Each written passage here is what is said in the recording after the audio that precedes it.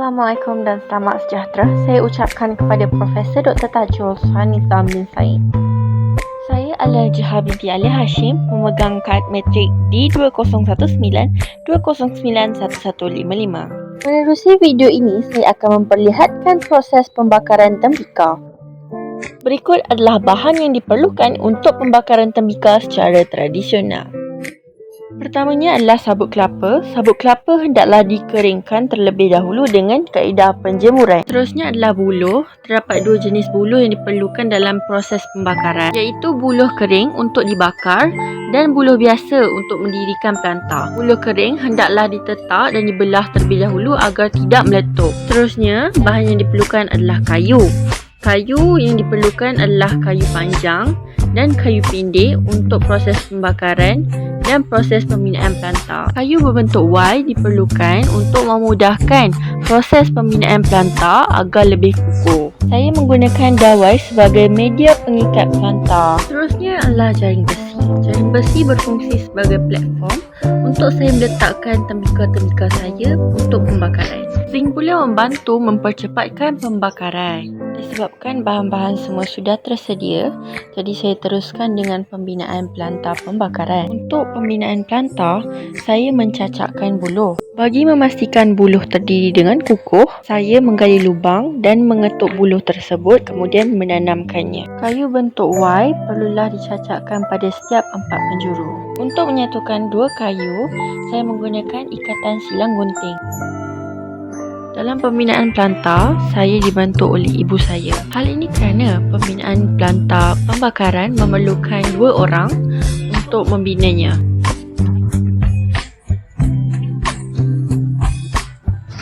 Setelah planta siap dan inilah hasilnya. Saya merendahkan tempat pembakaran untuk memudahkan api membakar dengan lebih cepat. Kayu bentuk Y yang dicacakkan pada buluh, saya masih gunakannya sebagai penyokong planta saya. Masa pembinaan, saya menghadapi masalah di mana ada air bertakung di tempat saya korek buluh. Oleh itu, saya bimbang sekiranya planta saya ini akan rebak kerana air yang mendap di bawah tanah tersebut.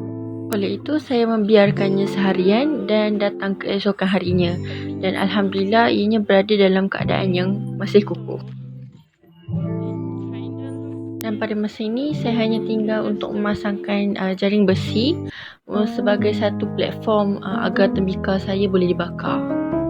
Dalam perjalanan ke tempat pembakaran, tembikar saya mengalami masalah yang mana ia agak terpatah sedikit, jadi saya perlu trim bagi dia nampak cantik.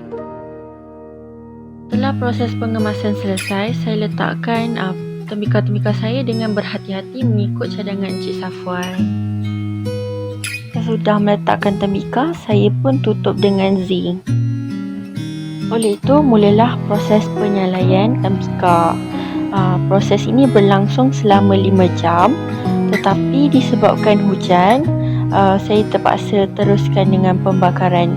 Selepas lebih kurang 5 jam diletakkan di atas api, tembikar kelihatan sedikit berminyak dan disebabkan cuaca pun agak hujan pada masa tersebut, jadi saya teruskan dengan pembakaran.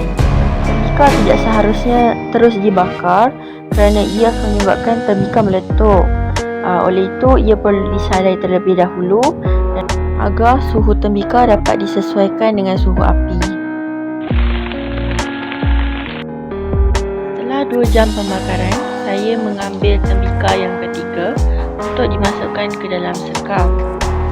Sebabkan sekam yang saya pilih merupakan makanan burung, ia mengandungi beras dan disebabkan beras tersebut terkena kepada haba, ia agak meletup dan boleh dikatakan agak berbahaya kerana mungkin akan masuk ke dalam mata. Disebabkan kandungan beras yang dikandung dalam sekam menyebabkan tembikar saya mempunyai tekstur apabila dibersihkan. Oleh itu, tibalah masa untuk kita melihat hasil pembakaran tembikar. Ini merupakan tembikar yang pertama saya. Dari segi keadaannya agak teruk, pecah di sana sini, bersopak dan sebagainya. Seterusnya adalah tembikar saya yang kedua. Alhamdulillah, tembikar kedua tidak retak. Cuma dari segi ragam hiasnya agak terkesan sedikit. Dan dari segi warnanya, ada bahagian yang berwarna coklat, ada bahagian yang warna hitam.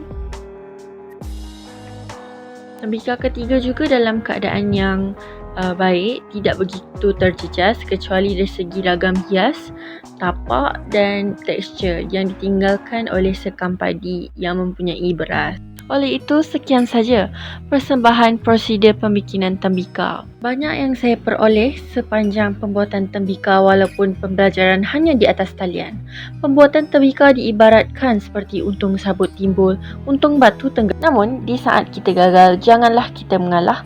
Sebaliknya, bangkit dan mulakan yang baru.